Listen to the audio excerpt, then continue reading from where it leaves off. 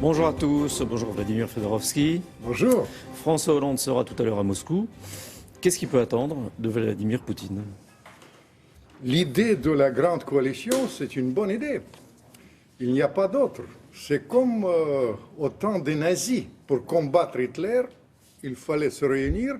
Et l'idée française, c'est une très bonne idée. Vous savez, ce qui nous attend, c'est la guerre mondiale. Ce sera longue et meurtrière. Et la Russie et la France... Vous employez des mots très forts, là. C'est la vérité. C'est la vérité. Vous savez, le moment, c'est quand même tragique, mais objectivement, la France et la Russie sont unies par la tragédie. Plus de 200 morts avec l'avion russe. Les Russes sont pleins de compassion avec les Français aujourd'hui. Ils sont tous parisiens. Comment ils ont vécu les attentats de Paris, justement? Ils ont été parisiens.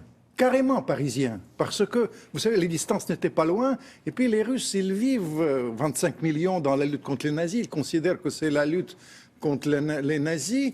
Il y avait un pépin objectif, parce que dans ce paysage, qui est pour moi francophile parfait, mais que je suis, mais il y avait 3 ou 4 semaines, Charlie Hebdo a publié 2 caricatures à propos des morts russes dans l'avion. Tués par Daesh. Et les Russes ont été ici, ce n'était pas un problème, mais là-bas, c'était un énorme problème. Et en dehors de ça, ils sont tous parisiens. Ça, c'est un aspect. Mais politiquement, ça, c'est le côté écrivain que je suis, plutôt sentimental. Mais il y a un côté diplomatique sérieux. Vous savez, le rôle traditionnel de la France, c'est d'être trait d'union entre, disons, les pays... Les Américains et les Russes. Les Américains et les Russes. Et c'est...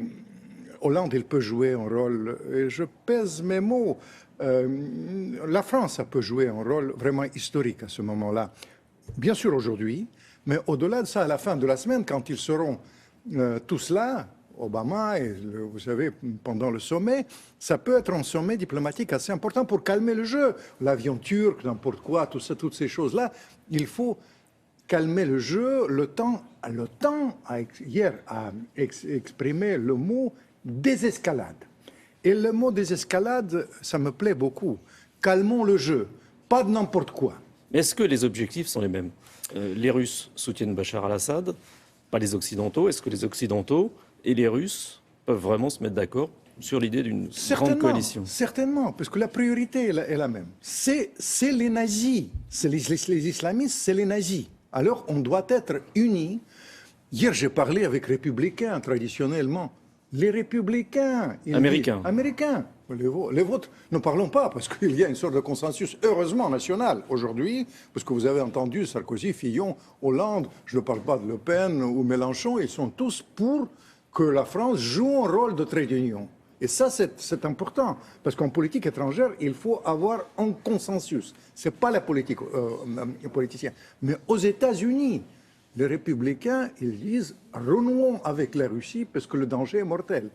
Vous savez, ça va venir assez vite, parce que le Daesh, il dit hier c'était Paris, avant-hier c'était l'avion russe, et demain il annonce les trucs américains. Quand ça va toucher les Américains directement, ils vont fléchir d'une manière radicale, je suis certain. Mais les Russes bombardent l'opposition modérée à Bachar al-Assad que soutiennent les Occidentaux. Compliqué de se mettre d'accord. Vous savez, moi je suis j'étais un vieux diplomate. Je connaissais les Syriens, grands Syriens modérés. Mais l'alternative aujourd'hui à Bachar al-Assad, hélas, c'est Daesh à Damas. C'est pour ça que les Russes sont intervenus, parce qu'ils savaient tout ça. Et dans cette affaire, évidemment, il faut maintenir le dialogue. Mais la priorité, et là les Français et les Russes sont d'accord vraiment, la priorité c'est combattre les islamistes, combattre Daesh d'une part, et Al-Qaïda aussi.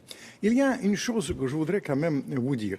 Vous savez, les Américains, ils parlent souvent des islamistes modérés. Et je peux vous dire la vérité.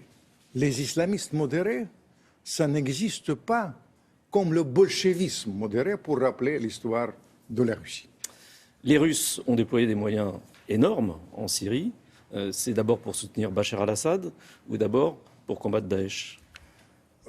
Tout d'abord, bien sûr, combattre Daesh, mais objectivement, Assad, pour eux, pour l'instant, comme étape, c'est quelqu'un qui combat au sol. Ils n'ont pas du tout de sympathie pour ce qu'il fait à l'intérieur, mais ils disent que c'est l'affaire des Syriens. Mais il y a deux forces, c'est ça, les généraux français, américains, ils sont tous, les Russes, ils sont évidemment d'accord, il y a deux forces. Il y a la force de Bachar al-Assad qui combat sur le sol, et il y a les Kurdes.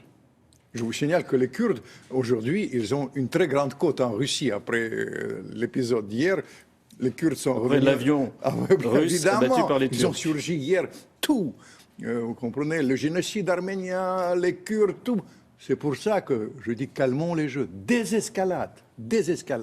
Mais quand même, il faut avoir les gens sur place. Il faut avoir les gens sur le sol.